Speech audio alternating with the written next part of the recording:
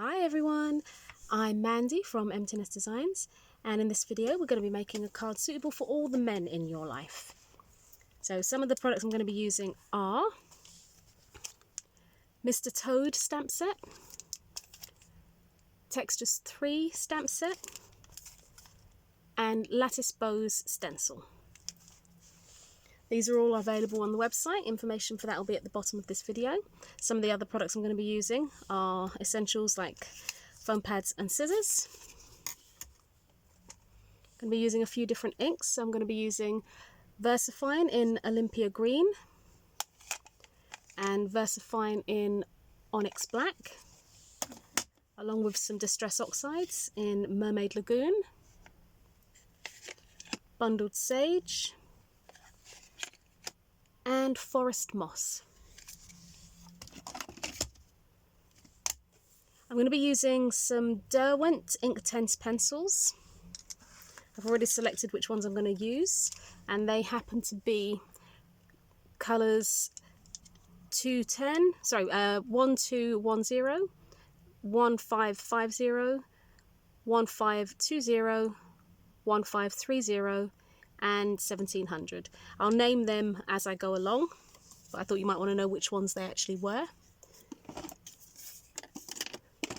Okay, blending tools to go with the Distress inks, my water pen because obviously I am using the Inktense pencils, some clear embossing powder,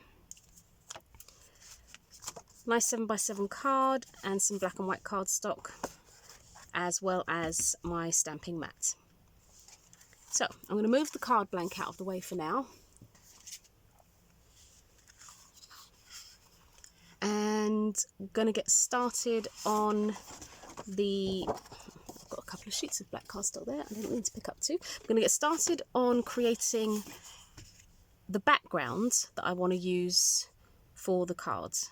So to begin with, I'm actually going to chop some of this down to size because I want to get 3 different layers out of this one section. So I have this one section of A4 card. So I'm just going to randomly chop this down, just looking. That should probably be about enough. I'm going to go about 6 inches. And then I'm going to want to take some of this off as well. No specific measurements as such. You know what, we'll come back to that later. I've got the piece I need for now, so we'll come back to that bit later, because I will decide how big to make them once I've got this part done. So first things first, what I'm going to do is drag in my piece of scrap card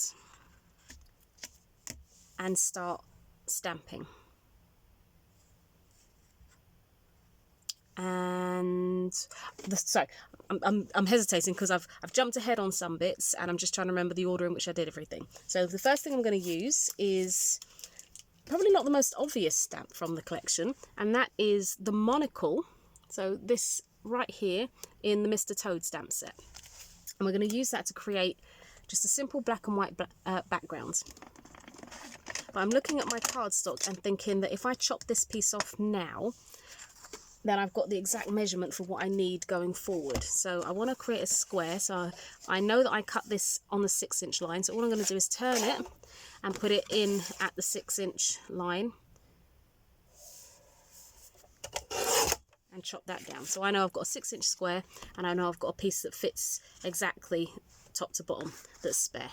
Okay, that's why I was a bit, what should I do, what should I do? Okay, so I'm going to use my VersaFine in Onyx Black, and I'm just going to take my peg here because it fits the monocle stamp perfectly on the end, and I'm just going to dip that into the ink and just start stamping all over. Nowhere specific, remembering to turn the stamp every now and again because obviously there is a pattern in the monocle, and that is to the reflective glass part of it that I drew in, and I don't want it to be the same position every time I put the stamp down. So just turn it slightly each time and you'll get a nice random finish.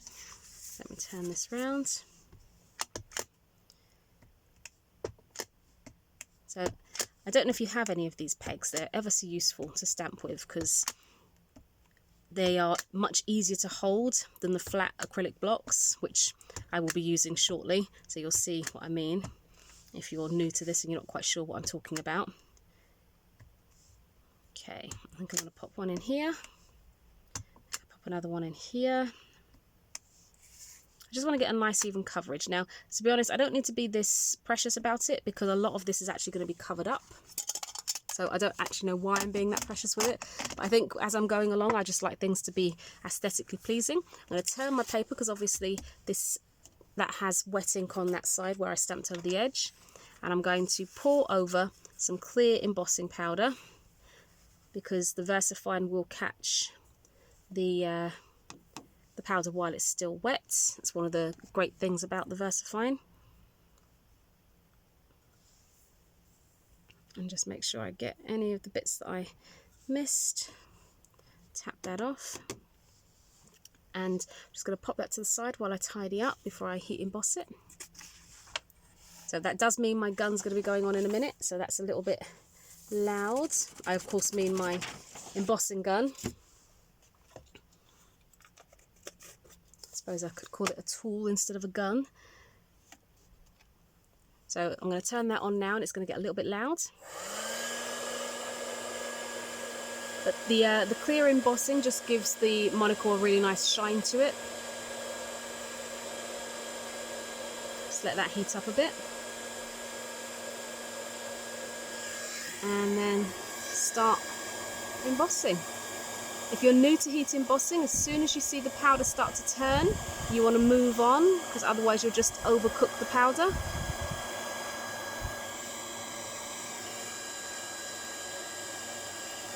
Hoping you can see this okay.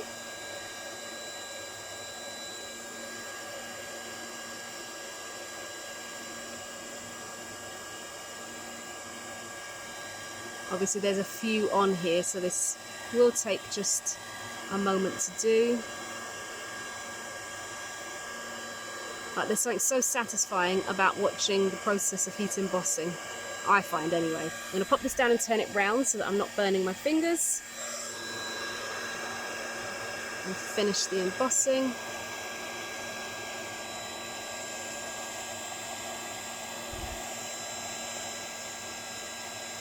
I like to heat emboss from the underneath because my heat gun is quite powerful and I find it can blow some of the powder off. And also if I do it from underneath, you get to see what I'm doing.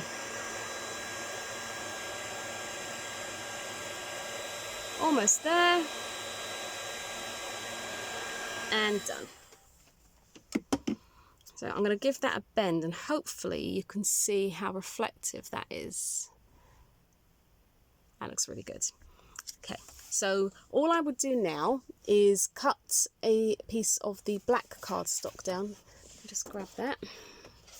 Got two sheets together, so separate those. So all I would do now is, let me move this out where so you can see, because otherwise it's just black on black, is just mat and layer this.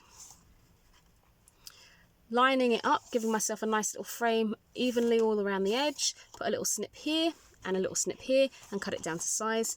But I have already done that because I figured you don't want to see me matting and layering or just lots of chopping. So this is exactly what I was talking about.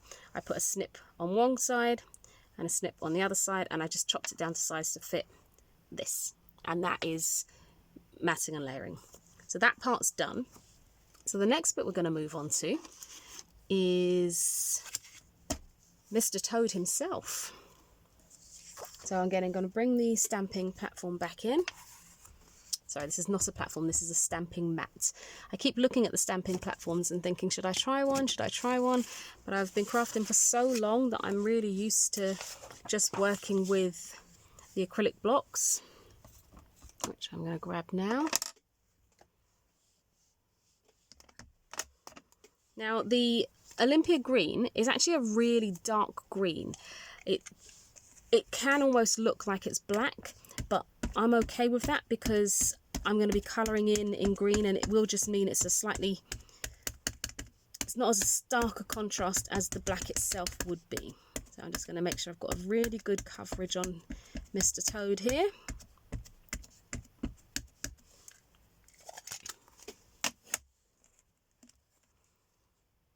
Turn him round. I'm going to move it to one side just in case I don't get a nice image, and then I can stamp him again. Make sure I give a good press all over.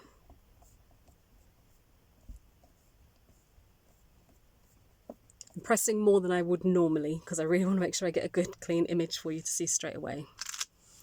There we go. As I said, it does look almost black,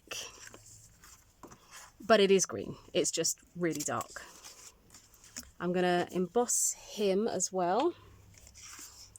Oh, I put my thing on the wrong way. Turn that round because the VersaFine will continue to grab ink until it is, or embossing powder, sorry, until it is completely dry. Missed a bit there. There we go. Now this one will not take as long to emboss as the others, or the little monocles. So let me just turn that on. I'll tidy up once this is done.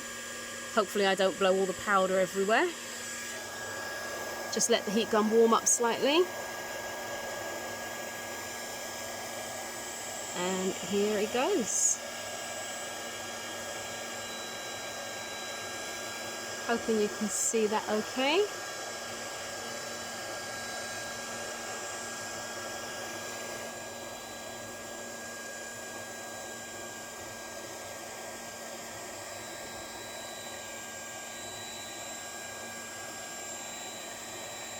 Almost done. A little bit down here. Yeah, not as long as the monocle, thank goodness.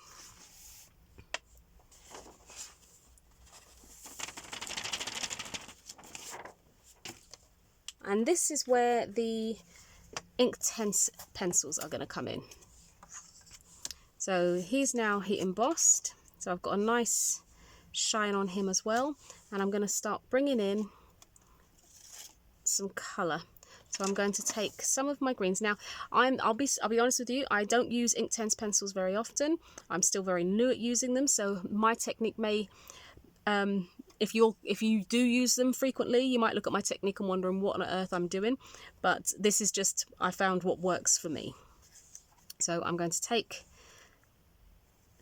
the pencil and I'm just going to, pressing really lightly, just create swirls. I find if I do swirls, if I have gone slightly heavier, it's more forgiving when it comes to using the water brush. Because if I don't do swirls, I find I can get quite harsh lines. So I'm going to just lay some colour down here.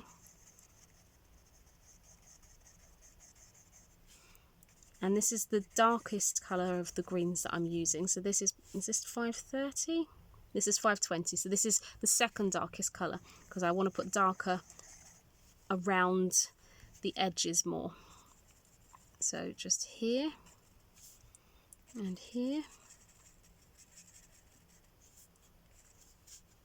So I'm just adding what is the second darkest colour to the areas where he's shaded.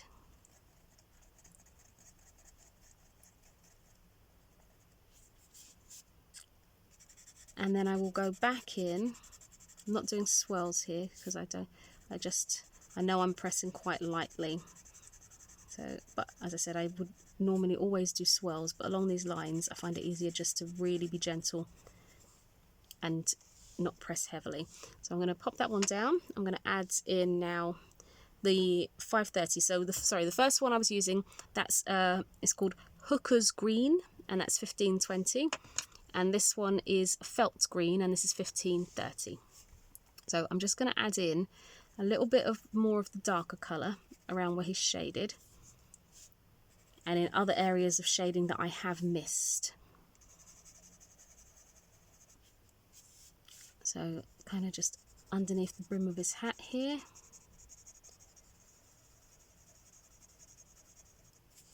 underneath his neck.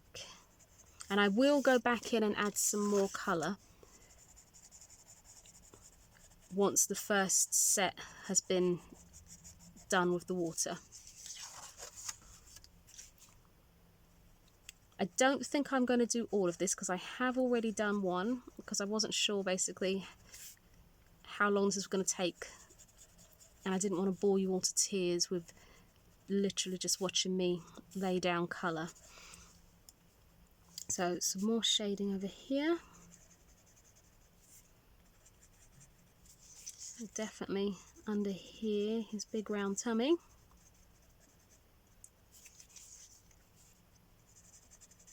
Along the edges of his arms. Again, just laying down the darker colour where there is shading. So let's start bringing this to life a little bit. So I've got some water in my water brush. I'm just going to give that a clean off to the side to me, make sure that that is not full of other colour, and just hopefully this comes across okay on camera. Do you see how it just really becomes super vibrant with the water when you add it to the Inktense? This should really show up because this is quite a nice green as well.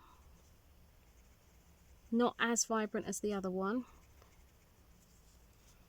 And then we're just going to start drawing the colour across, so he's got light and dark in places.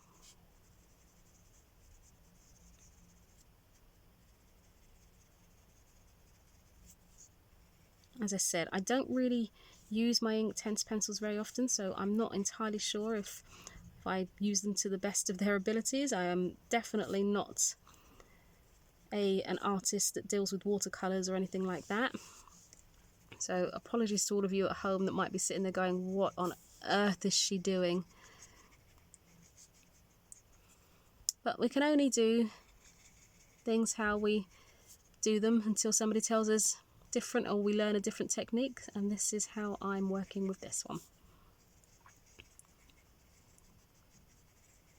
So you can see that here's a couple of different shades of green because we've used the different shades of greens. But I really like the effect that that has. Now there's a few places where he's white. I'm going to pull this up a bit, and excuse my chair squeaking, but I need to see above the camera. So you can see that he's a few different shades of green there, where the colours have blended together, as well as the fact that I've used two different shades. So I just wanted to make sure you had a nice clear shot of that. Again, excuse my chair squeaking. I really do need to get a new chair. Okay, so the next colour I'm going to be using is just going to pop a little bit of what's this one called? The mustard around his eyes, just so there's a different shade there altogether and he's not just completely green. I've just realised that I didn't clean that, and I've just realised that I've left out one of the colours that I'll be using, and that is the black for his hat. So let me just grab that out from under the desk. Make sure I don't put that on there.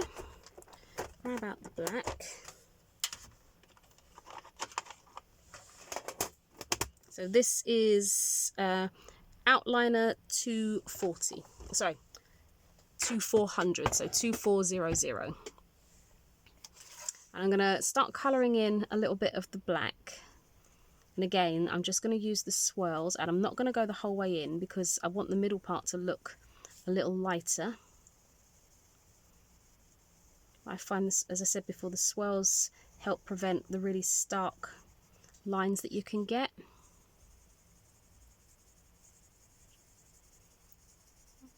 As I said, I'm not sure if this is an actual technique or just something that I've discovered myself.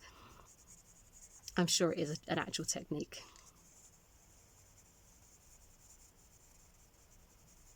So just popping down some more colour here. I won't do lots more because pretty much you can see what I'm doing. So I'm just going to make sure my brush is clean, which it was not. Make sure it's flowing, which it is.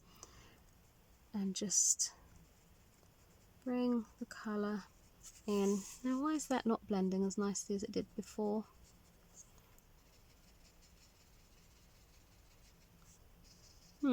That's interesting.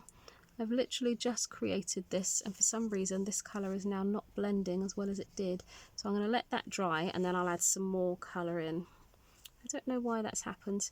If you know why that's happened, feel free to comment underneath and share that information with me, because I'm really not sure. So make sure that that's dry in there, and pop down some of the blue.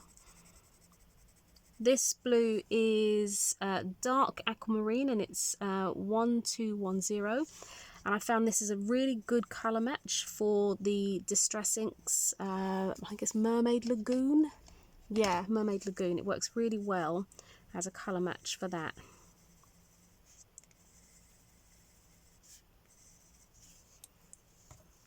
Clean my brush.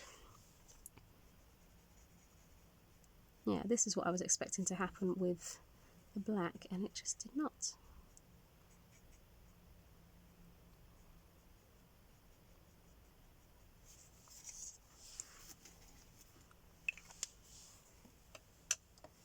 Okay, so I think what I'm going to do is I'm going to leave that one to dry, and I'm going to bring in the one that I did earlier on. As you can see, they are very, very similar, apart from I managed to get the black to blend slightly more on that one. And all I've done is I've let it dry and I've cut it out. It's a really simple shape. The most detailed part of cutting out is in between his fingers. Are they still called fingers on a toad? I really should know that. I feel a bit silly that I don't know that, and I'm going to call them fingers, and I'm going to say it confidently. Fingers. And it's still not that difficult to cut out. So take your time and just cut that out. Let me move that out of the way so that can dry.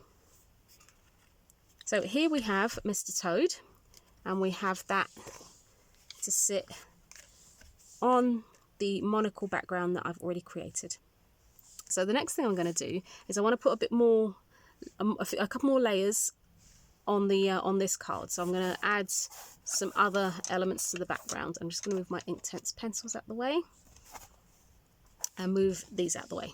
So the piece that I chopped off before that was on there, I am now going to, well, it was on the other one actually, it wasn't on this one, but I'm now going to use this as a panel down the side, and this is where the lattice bows stencil is going to come into play. So what I'm going to do is grab my forest moss and bundled sage, and we're going to take the forest moss, squidge a bit of that out,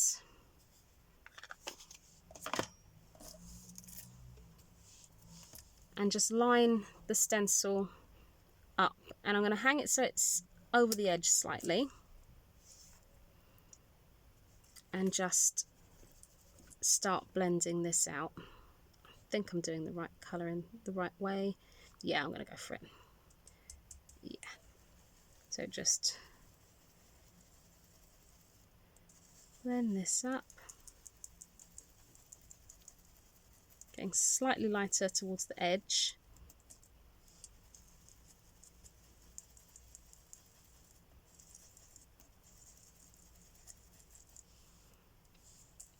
And then just making sure that I've got the edges all done. It's not a massively detailed stencil, but it does have detail to it. So pull this away. And then I'm going to line it up, because one of the beauties about these stencils is that you can extend them. So let me pull this down a bit, because you can still just see putting it back on the lines. Just take a moment to get it in the right place, and then just continue the pattern.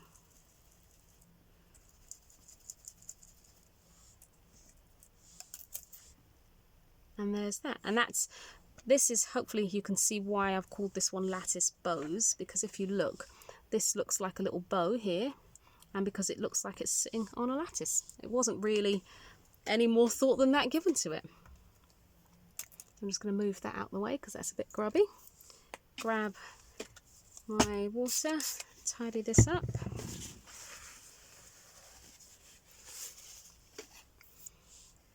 And grab the bundled sage.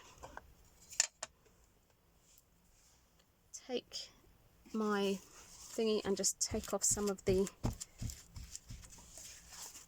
colour I was just using, because it's still a green, so I'm just going to continue with this green. And pop this one around the edge.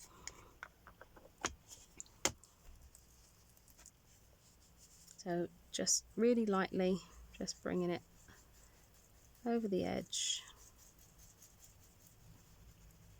And I've done it this way with the bundled sage being the piece that I'm using on the edge, because I wanted to show you how the same two colours can look different if you do the different elements in the other way. So for it, I'll show you, and that made no sense, so I'll show you exactly what I mean. So I've taken the forest moss and laid that through the stencil, and then I've taken the bundled sage and I'm just laying that around the edge of the cardstock that I'm using. But what I wanted to show you is, and what I was trying to explain so poorly, was this is the same two colours but in the opposite colourway. So I laid the bundled sage through the stencil and I went around the edge with the forest moss. So these are the exact same two ink pads that I've used, and that's the two different results that I've got from them. Okay, so let me move those to the sides. And then the final step that we're going to do is, I'm just looking for the white card I had before that I have put to the side of me, and it's obviously decided it needed to be somewhere safe, and now I can't find it. So I will just grab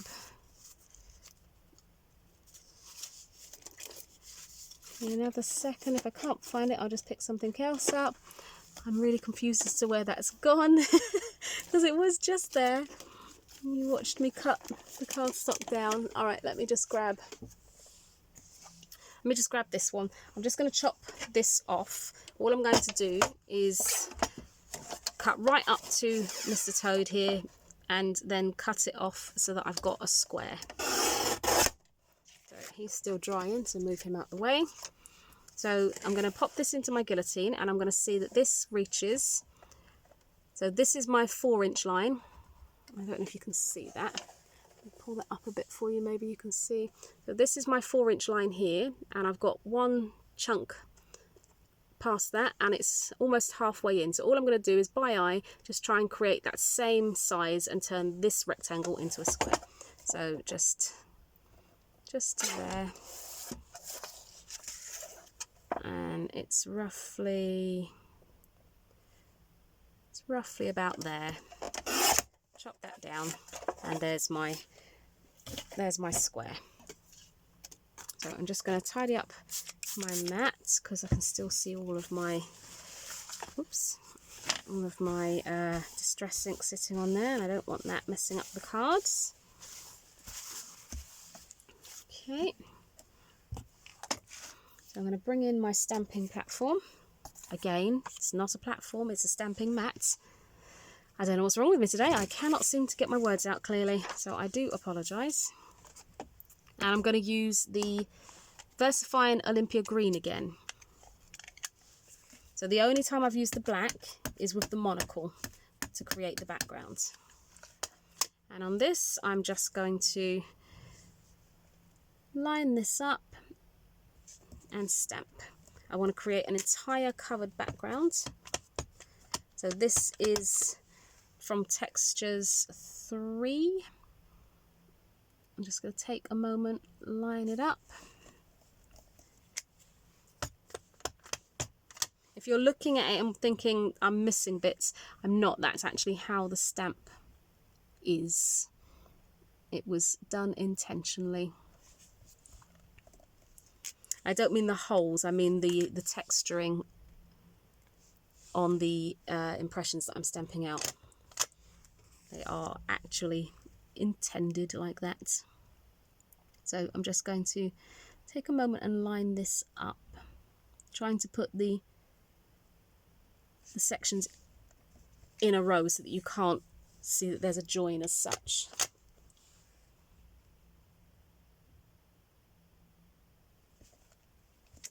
And the final one.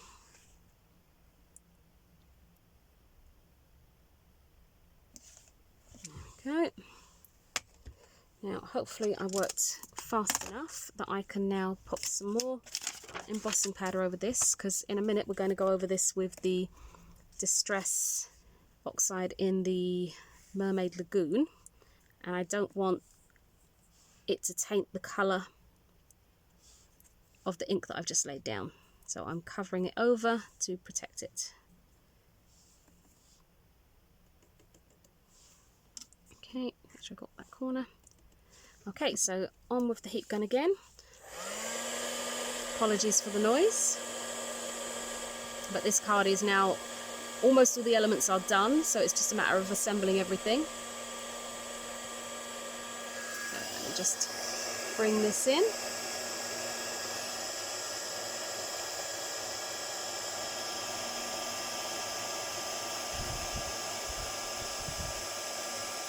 Once again, as soon as you see the embossing powder start to turn, move on, because what you have to remember is that the card will remain hot, so it will continue to emboss, so that's why you move on quite quickly. Okay, that's that bit done. Grab it and turn it, so I'm not burning fingers.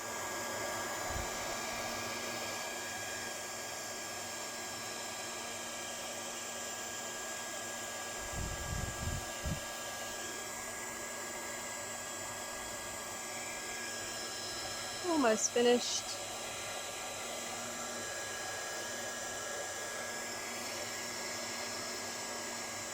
So I know there's been a lot of heat embossing in this video, but it's also very handy if you haven't done it before. You've now seen it a few times. Just making sure I've got everywhere, because I can see bits that I haven't. And done. Okay, I'll show you that properly in just a moment. I'm just going to tidy up first.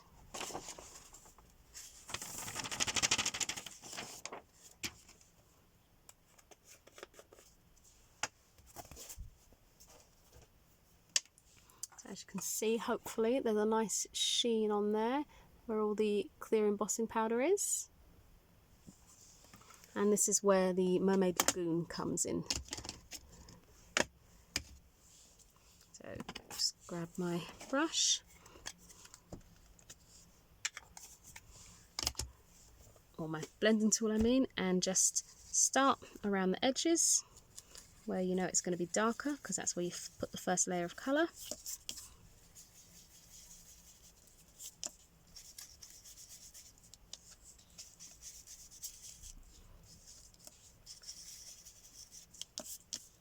And then I'm not going to add any more ink, I'm just going to start going around to add a lighter shade of the Mermaid Lagoon all the way into the middle. And I'm not fussed that there's patches of light and dark. I'm quite happy about that because I like the way that looks. I'm also going to take my my water spray, and that's all that is. It is just water in there. For those of you that haven't seen the Distress Oxides before, they react with water. So just pop a bit on there. Grab my kitchen roll and dry that off, because I don't want it to interfere too much with the embossing powder. This isn't the best demonstration to show you how they react with water, but I'm hoping you can see that it's slightly mottled here. That is basically the effect that you can get when you spray it with water. So now I'm just going to tidy up here. I would normally mop this up with another piece of paper and start creating a background or something, but I just want to get on to the next step. Okay, so all the elements that I'm using are the background that we created using the monocle, Mr. Toad himself. I'm going to move this one so this one can dry, and I'm going to use the one that I had earlier, and that's, see what I was saying before about how the Mermaid Lagoon is a really good colour match for the Inktense pencil in dark aquamarine. They work really well together. I've already created a matte for this one in the same way as I always do. I lay it on a larger piece of cardstock, making sure that there's enough a nice even frame the whole way around, and then I chop it down to size. And then we're going to do exactly the same with the panel from earlier on using the stencil. And we're just going to start building this up. I've got one more step that I need to do before I stick this one down. But I'm going to start putting the rest together first, I think. So just grab my glue here and start layering these pieces together. This is a new glue.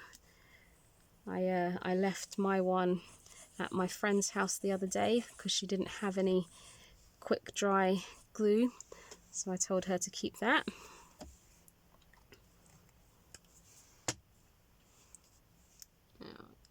Just trying to make sure that I've got that on the right way, because although I did try and cut it square, sometimes it never hurts to check to make sure that you've got your even frame all the way around. So just lining that up there. Yep, move that out of the way. Give this a press. I like to push it down from behind so that you get a nice spread of the glue underneath, and that you're not getting any potentially mucky prints over the finished piece there. Move that to the side. Do the same for this. Make sure that this has got an even frame all the way around it, sitting as it is. So what I'm going to do is flip it directly over, get the glue down, and then once that bit's done, flip it directly back so I'm not twisting it in any way.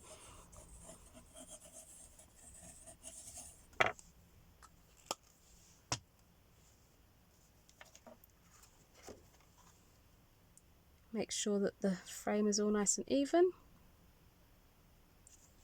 I've gone with black cardstock for this because I think black really just makes all the imagery pop. Give that a press from the back.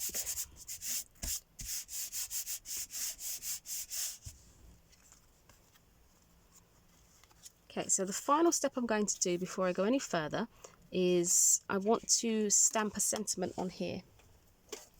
So grab my stamping mat back.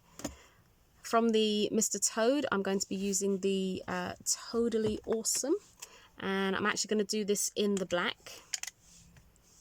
So just stamp this up. Sorry, ink this up, not stamp it up. And I want it towards the top, but not directly at the top. And I'm trying to make it so that it's in a straight line with a nice gap either side. There we go, Totally Awesome. And then pop this onto the mat I created for it. Oops, I can't seem to pick anything up today. Everything wants to just like statically cling to the table.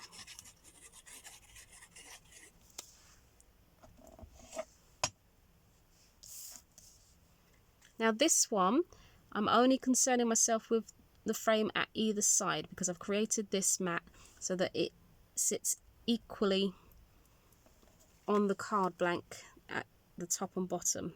So I don't need to have a bit of the frame here because it's actually going to sit directly onto, if I get it the right way around, so that's that way around, it's going to sit directly onto there, and the frame that we used for the monocle layer becomes the frame for this layer. If that makes sense, I hope it does. You can see, so pop this one on.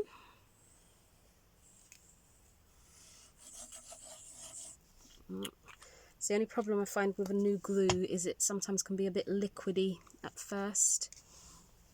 So I'm going to pop this, and the gap I leave at the side I'm going to try and mirror with the other panel that I'll be popping down in a minute. And I'm making sure that I've got, I'm doing it so that I've got an even layer, sorry, an even spacing between here, and between the bottom and here. I can see my glue is squishing out because it was a bit watery then. So I'm just going to mop some of that up. But that's going to be hidden under the panel anyway. So I just want to push that down a bit. Okay, and I think I'm going to lay this one on flat, and we'll put some foam pads behind Mr. Toad himself. But we won't do that until we have popped the all of these layers onto the card blank. So where I've got a gap here, I'm going to try and leave the same sort of gap this side, just so that it has some balance to it. So that's about the same. Just take a moment, make sure it's all lined up nicely. Give that a push. Yep, that's lined up nicely. Let me just grab my card blank back in. We are almost finished on this one now. So there's a nice large border that I've left for this one. You'll see why in a moment. But even if there wasn't a reason for it, I quite like to leave a nice border sometimes. I find it frames really well. And if you're creating something that somebody might want to then pop into a frame, there's a nice large border that doesn't eat into the design.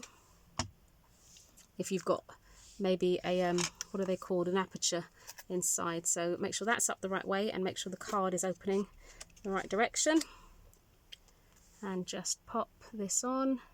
Again, I know I say it a lot, but just take a moment to make sure that you've got an even gap all the way around so that it sits nice and centrally.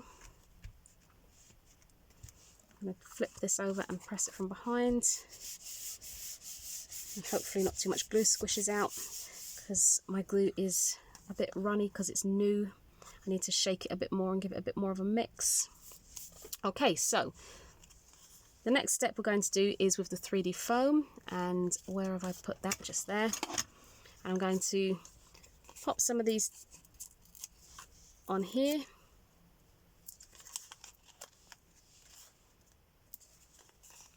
Remember, if you're going to be sending this through the post, then you definitely want to have enough foam pads behind to support any potential squashing in the post. So just a few more, because if you don't put enough in the middle, it can sink, and that sort of defeats the whole purpose of making it stand up proud. My foam pads are so sticky, they keep sticking to me. Really need to get some new ones.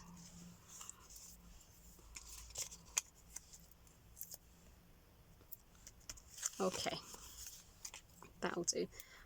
Got foam pads sticky on me now. Okay, so just taking the back off of all the pads that I've popped down.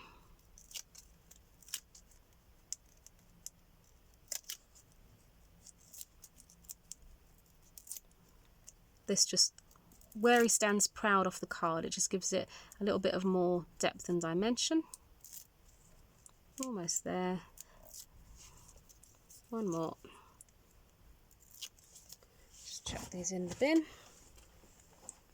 Okay, so I like to add just a little bit of glue onto the foam pads, because it gives you a little bit of wiggle room if you don't put it down in the right place the very first time.